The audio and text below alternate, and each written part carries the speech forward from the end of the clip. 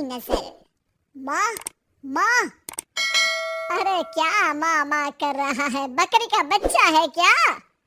अरे माँ मजाक छोड़ो, मुझे फाइनली वो मेन चौराहे वाली दुकान मिल गई है। अब देखना, आपका बेटा दुगनी स्पीड से पैसा कमाएगा। ओफो, ये क्या? मेरी ऑनलाइन मेकअप क्लास चल रही है। इतनी जोर से क्यों बोल रहे हो आप दोनों? अरे मेरी धर्म पत्नी जी, मेकअप क्लास बाद में करना। वो चौराहे वाली दुकान मिल गई है हमको। अरे वाह, रुको मैं अपनी माँ को फोन लगाकर बता देती हूँ। अरे मैं भी अपने रिश्तेदारों को बता देती हूँ। कितनी खुशी की बात है। हाँ हाँ, मैं भी अपने दोस्तों को बता देता हूँ। 1 हफ्ते बाद रजिस्ट्री है। बस घर में खुशी का मौका था। उन तीनों ने अपने अपने फोन उठाए और लोगों में बात फैलाना शुरू कर दिया। और रही सही कसर श्वेता बहू ने अपने पड़ोस में सबको बताकर कर दी। अरे वर्मा आंटी, अब हम भी जल्दी कार ले लेंगे। घर का रेनोवेशन होगा और ठाट से रहेंगे हम भी। अरे ऐसा क्या हुआ? लॉटरी बाटरी लग गई है क्या? अरे इस बार चौराहे वाली मॉल में हमको भी दुकान मिल गई है। दुकान नंबर 21, जो एकदम चौराहे पर है। अब ग्राहक बढ़ेंगे तो आमदनी भी बढ़ेगी ही ना। अरे वाह, कितनी खुशी की बात है। मैं बहुत खुश हूँ तुम्हें इतना खुश देख के। बाकी एक बात कहूँ, सबको मत बताते फिरना। किसी की नजर लग जाएगी तो खुशी की खबर वापस लौट जाएगी। हैं? ऐसे थोड़ी ना होता है। अब डरा रही हो? अरे सही कह रही हूँ, काली नजर कहते हैं इस चीज को। जब आप किसी को कुछ बताओ और वो काम बिगड़ जाए। अरे लेकिन मैं तो। तुमने सबको बता दिया ना? हाँ, फोन लगा लगा के। अब बच के रहना, काली नजर बड़ी खतरनाक होती है। श्वेता इतनी खुश रहती है कि वो वर्मा आंटी की बात पर ध्यान ही नहीं देती, जबकि पड़ोस में और भी लोगों से खुशी की खबर शेयर करती रहती है। अगले दिन राजेश बहुत दुखी होकर घर आता है। अरे बेटा क्या हुआ? मुंह क्यों सूजा हुआ है? मधुमक्खी ने काट लिया क्या? माँ, वो दुकान किसी और के पास चली गई। किसी ने ज्यादा भाव लगा दिया। अरे पर बात तो आपसे हुई थी ना उस दुकान वाले की? हाँ, आज मैं टोकन अमाउंट देने गया था, तब मुझे पता चला। कोई आकर सुबह मुझसे पहले ही ज्यादा अमाउंट दे गया। काली नजर। क्या कहा? वर्मा आंटी ने समझाया था कि किसी को बताना मत, वरना काली नजर लग जाएगी। अच्छा, तुम्हें उनकी बात मान लेनी चाहिए थी।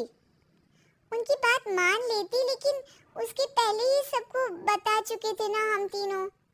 अरे अगली बार से ध्यान रखेंगे। कोई भी नई चीज होगी तो किसी को नहीं बताएंगे। तीनों कुछ दिन ऐसे ही रहते हैं, पर एक दिन श्वेता को एक मेल आता है। राजेश, मेरा ऑनलाइन मेकअप कोर्स कंप्लीट हो गया। अब मैं खुद का पार्लर खोल सकती हूँ। अरे वाह, अपने मोहल्ले में ही खोलते हैं? ये जो घर के सामने दुकान है ना, वहीं? हाँ, यहाँ सस्ती भी मिल जाएगी। अगले दिन श्वेता वर्मा आंटी के पास जाती है मिठाई का डब्बा लेकर। अरे आओ आओ, कैसे आना हुआ? जोर से नहीं बोलूंगी। वो सामने वाली दुकान है ना, वहाँ मैं अपनी पार्लर की दुकान खोलने वाली हूँ, उसकी मिठाई है। अरे वाह, बहुत बधाई हो तुमको। हाँ, मैं कमाने लगूंगी तो राजेश पर पूरे घर का बोझ नहीं रहेगा ना आंटी जी। ये तो है, पर ये बता कि तूने ये बात किसी और को तो नहीं बताई ना? अरे नहीं, पिछली बार गलती कर दी थी। काली नजर लगी किसी की और राजेश के हाथ से वो दुकान चली गई थी। सबको मत बताना। चलो मैं चलती हूँ, कल दुकान की बात करने भी तो जाना है।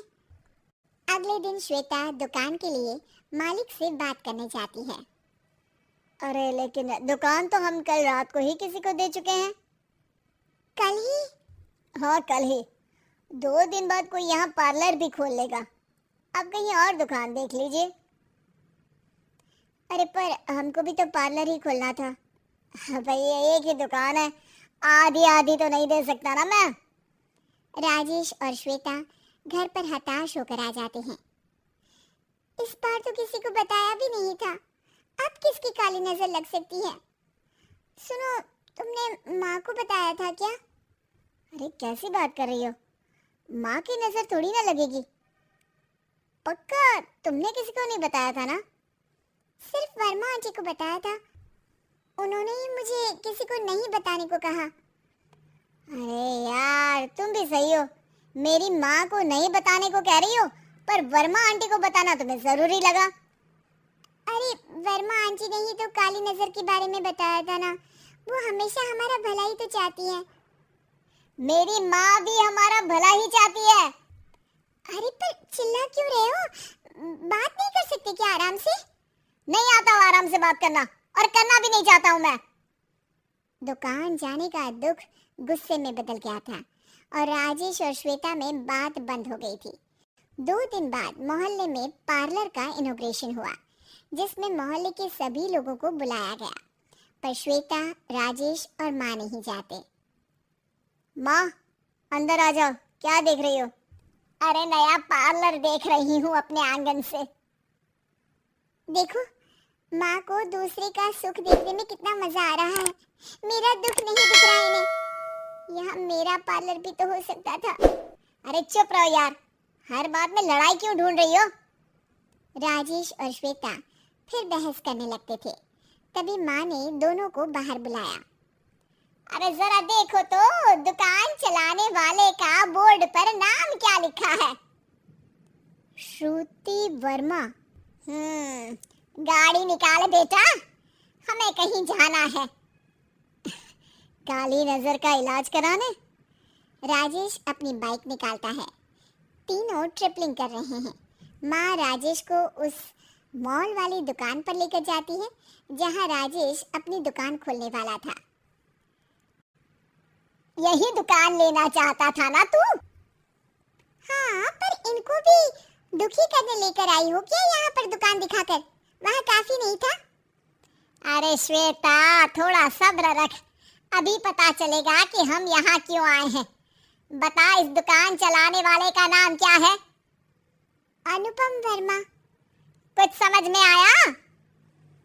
वो दुकान वाली श्रुति वर्मा, ये दुकान वाला अनुपम वर्मा, और हमारे पड़ोस में हमने उस दुकानों के बारे में बताया किसको था? वर्मा आंटी को। मतलब वर्मा आंटी ही हमारा काम बिगाड़ रही है? नहीं, ऐसा नहीं हो सकता, ये बस इत्तेफाक है। राजेश अपना फोन निकालता है और श्रुति वर्मा और अनुपम वर्मा के नाम फेसबुक पर सर्च करता है, जहां ये दोनों ही वर्मा आंटी के रिश्तेदार होते हैं। श्वेता को समझ में आ जाता है कि वर्मा आंटी की ही नजर काली नजर है। अब क्या करना है? कोई भी खुशी की खबर हो तो काली नजर से बचना है, यानी वर्मा आंटी से बचना है। अरे पर मुझे ये समझ में नहीं आया कि वो हमारे साथ ऐसा क्यों करेंगी। अरे बेटा, एक सीख है, दूर के आदमी को आपकी तरक्की से कम परेशानी होगी, पड़ोसी को ज्यादा। दोनों माँ की बात में हामी भरते हैं और अगला काम चुपचाप करने की कसम खाते हैं, ताकि आगे से वर्मा आंटी कोई काम ना बिगाड़ सके। उम्मीद है कि आपको हमारी ये कहानी पसंद आई होगी। कृपया हमारे चैनल को सब्सक्राइब करें और सभी अपडेट्स के लिए बेल आइकन जरूर क्लिक करें।